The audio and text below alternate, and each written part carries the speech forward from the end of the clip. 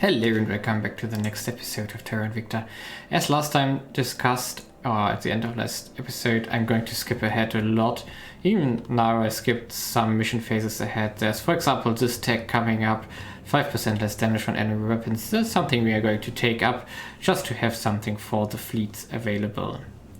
Now, in general, it's really now a lot of trading with the servants, and in fact the Protectorate also can now get exotics, so hopefully they are going to do something in that regard. And yeah, but our biggest source of exotics is of course the servants itself. And yeah, let's see how long it will take us to get to 500 exotics and if we are going to get into total war. Now, one small step closer to the goal, I built a fusion reactor farm station around Earth, which is going to be the new launch facility. Therefore, it's not going to be Mercury. In fact, I'm willing to just sacrifice Mercury in case of war. But, well, let's see how it exactly develops. Okay, I have returned after a long time. Now, there was no other way to fix the exotic issue just other than trading with the servants over and over again. Sometimes for like small quantities of 5 or 10 exotics. Right now they got a new load from the Hydras of 43. We can acquire them, and then we finally got enough 500 exotics to do what we need to do. What else happened in between? It's more than 1 year that has passed since the last small step. So we lost one station to an alien attack for whatever reason. I don't know. They suddenly jumped on us and destroyed one Earthbound station. I was quite lucky that they didn't destroy the launch station on Earth. And I also started to sell off 1 or 2 stations. I want to sell off another one, which is however, I can only sell to the Resistance and the Academy, which I can't see right now. Else, we just progressed into science like crazy, did everything we can. I did all the interesting projects, so there's not really anything in there which is going to give us any more proper bonuses. Also, the energy crisis event happened, which boosted our economy because we are basically occupying all the oil regions of the world. So we got, in fact, not a negative on the GDP, instead we got a massive boost on the GDP. We are now at 257 billion GDP and 45 per capita. Let's imagine or put that into comparison. Some of the countries we started with were at less than 10% of that. So we have made a lot of progress. Of course, cohesion here is a problem, but it's just going on autopilot right now. And population is still growing. We are more than half of the Earth population in the Caliphate. Earth population is 9.2. Most of that is in our Caliphate, and from the GDP of the world, which is 312 trillion, we have 257 of. And that's of course, 2/3 of the world economy are in our hands right now, and it's still going up. Even though I'm not heavily investing into economy, most of it is going into knowledge, even though we don't need knowledge anymore. So it's basically, we have tech what we need, and just going through the mission phase here now. It took me a long time and a lot of breaks to just progress further because it was relatively boring. 500 exotics is really a high cap. And just to get a feeling, what I did most of the time is, for example, do something like this and then, okay, bye-bye. And doing it again, and that's basically for... And that I basically did for, over a year of mission phases to get every drop of exotics. Now, with that, the stuff here is finished. Now I need to make sure that... So, Mara is still trapped on Mercury. I never bothered to get her back from there. And so we can find another person who can do the stuff for us. No, in fact, let's pick our... Wrapping up here. Prepping for next mission. Yeah, let's do it with Brooklyn later on. Okay, we don't need to put the thing onto her right now. But we have it available in our pool again, and now we can just build the interstellar launch facility here. Now I can only recommend to... So it's taking another year, which I have to go through. I can only recommend to everyone who is doing this kind of stuff to really build it on Earth. It's a lot cheaper, and just make sure that you have enough nanofactories around. So currently I have in the system, let's check it out, Project Exodus, Earth. I got a handful of, yeah, here are some manufacturing complexes, and here are also some, and here are more. Still, the build time is over a year. I mean, that's reasonable for an interstellar ship, basically. But it also means that we have to wait a long time now. I want to find someone where I can sell the orcs to. Not orc, but one station to. I already put one up. It's, I think, a Mercury station for sale here. Yeah. Let's see who we can find. And now it's just waiting again. We have 27.6k science. The science went up crazy as soon as we started investing in the Caliphate. I mean not invested, but all the IP we have. We have 60 IP to invest here, which is huge amount. But of course the country itself is just massive. Now let's find out here. Yeah, they're perfect. We have someone from the resistance, and now I'm just going to do the same what I did already all the time, putting my people on advice and sometimes checking if there are any plants which I have to take care of in my realm. Here spawns something, and that's basically all the mission phases all the time. And yeah, it's of course not really interesting. Making contact. And now we can give you... What? You... don't think leaving Earth is the answer. Oh no, you dropped... No.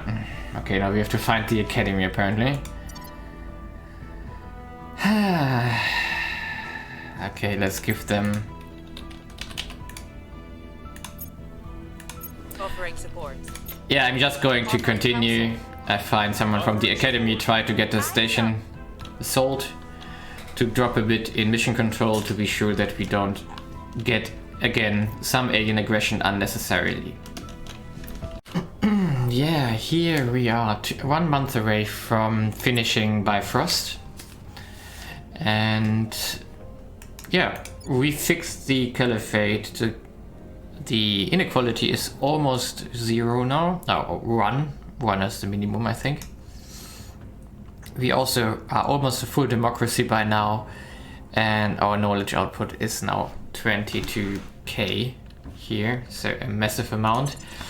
In fact, it's even higher because I have 4 people advising the Caliphate, so it's going to go crazy up here as soon as they start advising. So 31k, 33 after modifiers. Which of course is a lot of science. Now let's recap the game basically. The closest moment to failure was definitely when the aliens were sieging down Jeddah here, and they came from Brazil, which I didn't know. Now the alien nation started at some point when they got Argentina from the servants, and they started expanding here peacefully but also by force. But they don't get out of South America yet because they don't have a navy, and it's mostly their own territory with servants and stuff, so they have to solve that. There's also a war going on between India Oh, there was. Apparently they made peace for whatever reason. But the academy was at war with India for a while.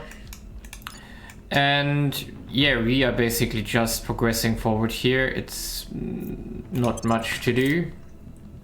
The year was relatively boring. We have the biggest economy. We have like how much of the global economy? Let's check. Initiating recon. We do have, yeah, 330 of 392. Yeah, we got so much of the global economy. It's insane. And yeah, almost everyone has an income of 60k here.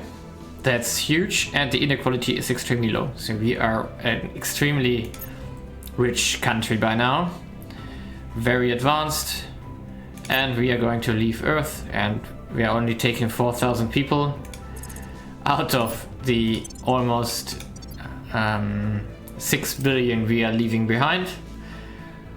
What could go wrong there? I can't imagine. Now we have to do one more mission phase here before Bifrost is officially finished. There we go. Greatest achievement, Director. The captain of the Bifrost awaits your orders. It's hard to believe we finally have done it. The sheer scale of this project has been mind-boggling. We have drawn resources, expertise and personnel from every corner of the Earth, not to mention the solar system. But the Bifrost is completed and now it sits in the scaffold at its launching hub. Its size is awe-inspiring. We've selected our colonists for the Bifrost. With so many applicants, we could afford to be choosy, and our mission requires no less.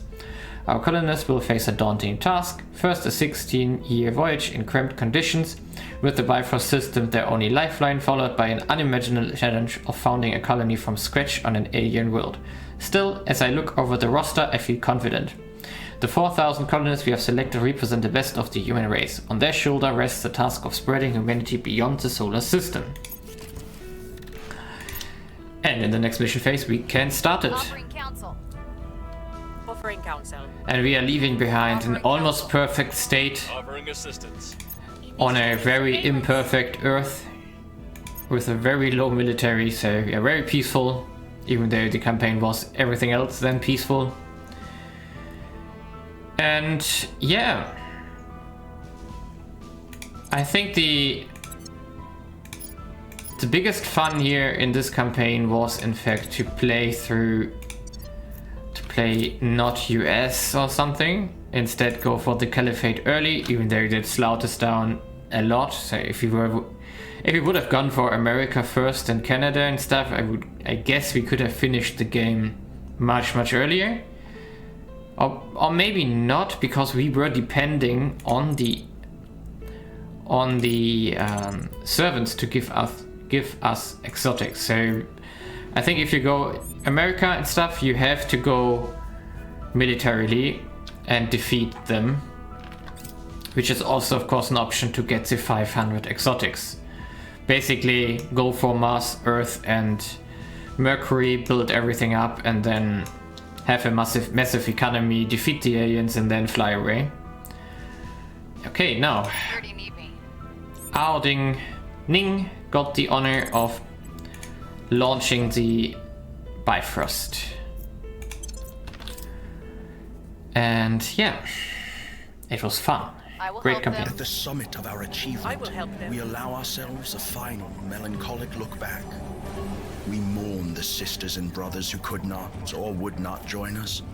We mourn the home we will never see again, and then turn our eyes forward to face the challenges to come. As the saying goes, Game 1, Game 1. Beyond mountains, there are mountains. After this brief reflection, we begin our climb anew.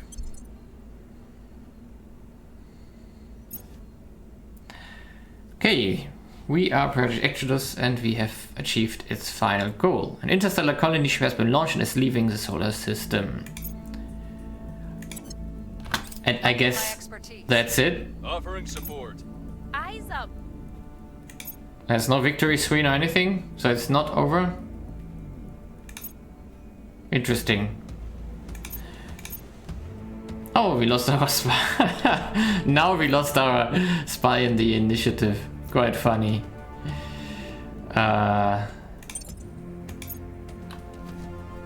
Okay. Ever make the mistake of being... I guess that's it. Let's just let the mission phase run to its end, but I do think there won't be anything. I think it was everything. Man, that's a bit underwhelming because I hoped to at least get some information about, like, would it be a success or not? But well. Oh, we surpassed 60k GDP. So we had the maximum GDP impact on knowledge, as far as I know. And yeah, that's it. Acknowledged. And Where to? I would say GG. So the aliens here are in control of South America. The servants are controlling North America. I'm surprised that they didn't go for the North America project. That's definitely surprising. Let's check the tech of the others here. The resistance is still at wormholes, quite far behind. For whatever reason they did Arab League. For whatever reason. And the most progressed, of course, is the servants here, who did... Oh, they're doing Greater India for whatever reason. And yeah, Humanity First only now researches alien technology. So far behind. Academy is also on a decent spot here. And yeah, and the initiative is also super far behind. In that sense, it was mostly a campaign with the servants, in fact, and against the initiative. But was quite fun, and I'm really looking forward to maybe play another campaign after some updates and changes. This was my first large campaign after the brutal Academy run, which was also quite fun, but also wobbling at the end because of all the fighting we had to do to get below the threshold of power, which was super annoying, even though we broke them hard. They didn't have a chance, we just had to hunt every fleet down. Same here, getting the 500 exotics peacefully is annoying, to say the least. And well, then waiting a full year to finish the project is also quite boring, to be honest, because at that point you already have won, and well, we don't need to defend or anything. It's just, well, strange. On Brutal, however, if you want to do Academy on Brutal, that's definitely more complicated, and I do think you need to fight to do that.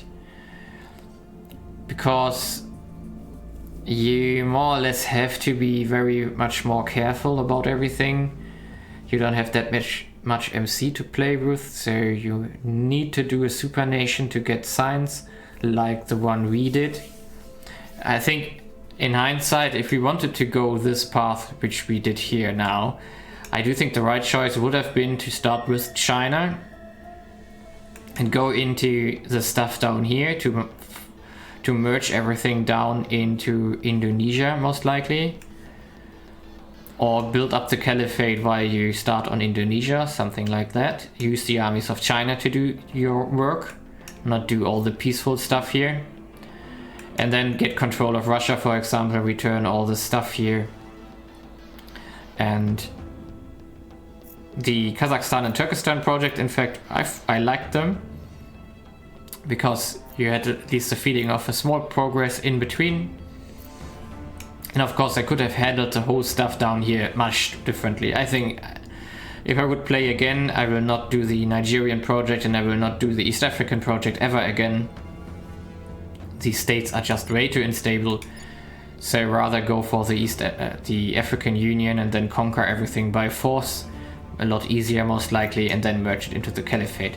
We could have gotten that way like 70, 76, 130, 200, 220. Yeah, it's not much, 250 population on top. It's not that much, but it would have been easier to take everything. And then you can peacefully federate it into the caliphate at some point. India, however, I think we handled it the best way possible. There's nothing we could have split up. So, of course, we could have Hyderabad. We could have moved into Dravida Nadu. Which, I don't know which one is the capital, of if that's Hyderabad or Colombo. I don't know right now. Maybe you could have gotten one more province out of India if you want to, which would have been 380 million. That's of course nice. And yeah, and of course if we would have done the Pan-Asian combined, we would have a capital problem with Beijing here. So there was also not too much we could have done. I think the only other path that could have been possible is to go into the Pacific Defense League, unify everything under Japan. No, it would still be a problem with Taiwan here. No, that wouldn't have worked. No, that wouldn't have worked. I know in the past there was this kind of trick to move the capital of China into Guwahati here. And then do East Asian combine, from there conquer all the rest and then fold that one into the caliphate, I guess. That could have been a thing, and then go with the rest of China, go the Indonesian path to get it in. That might be possible. In fact, that would also be maybe a little bit more easier because of the but I don't know how the capital mechanics currently work. So maybe there's something like checking for original capital or not. I'm not 100% sure. But well, we got almost 6 million people, and that's basically almost the main extent we could have reached here. And that was quite some fun. So thank you for watching, leave a like and subscribe, and see you maybe in my next campaign, or check out one of my other games and playthroughs. Therefore, see you next time.